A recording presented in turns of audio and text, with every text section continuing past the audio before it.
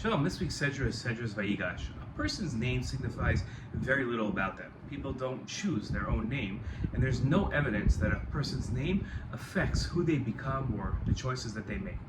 The rabbis warn, though, that calling someone an unwanted nickname could offend them and forbade Jews from calling each other names that offend. The rabbi's warning signals that as much as a person doesn't choose their name, they do become very attached to their name. The names of biblical figures meant much more than the names of people today. In this week's Torah portion, we find the narration of the Torah called Yaakov Yisrael, but God talking to him and calling him Yaakov. This is a curious phenomenon that requires explanation. To understand it, we need to go back a few Torah portions and review when God began calling Yaakov Yisrael, and understand why God deemed it necessary to change Yaakov's name in the first place. We'll then have to understand the nature of the change in Yaakov's name. A few Torah portions ago, we learned God appeared again to Yaakov on his arrival from Padan Aram. God blessed him, saying to him, "You whose name is Yaakov, you shall be called Yaakov no more, but Yisrael shall be your name." He was named Yisrael. In his commentary to this verse, Rabbeinu Hananel wrote that the words "no more" in the verse means in addition to. Hashem told Yaakov that you will no longer only be called Yaakov, but in addition to Yaakov, you will also be called Yisrael. At times you will be called Yaakov, and at times Yisrael.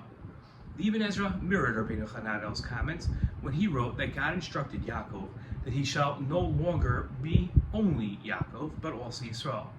Their opinions can be said to have been sourced in the Talmud, where it quotes the verse, "Your name shall no longer be Yaakov, rather Yisrael will be your name," and explains that this doesn't mean that the name Yaakov will be entirely uprooted from its place, but that the name Yisrael will be Yaakov's primary name, and Yaakov will be secondary.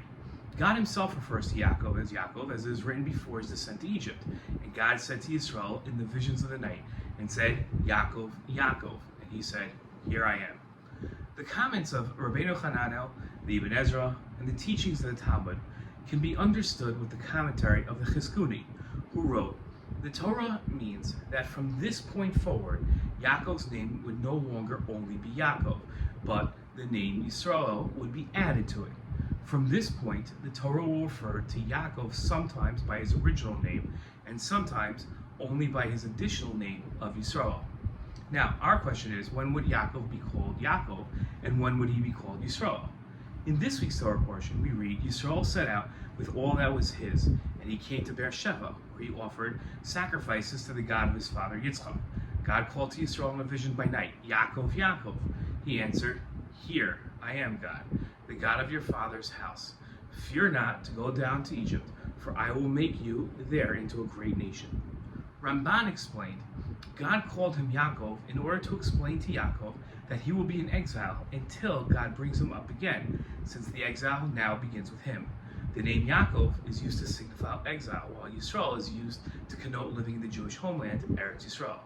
Living in the land of Divine Providence, where God's eyes are always on the land, requires special Divine Providence. The new providence is hinted at in the name Yisrael. Shalom.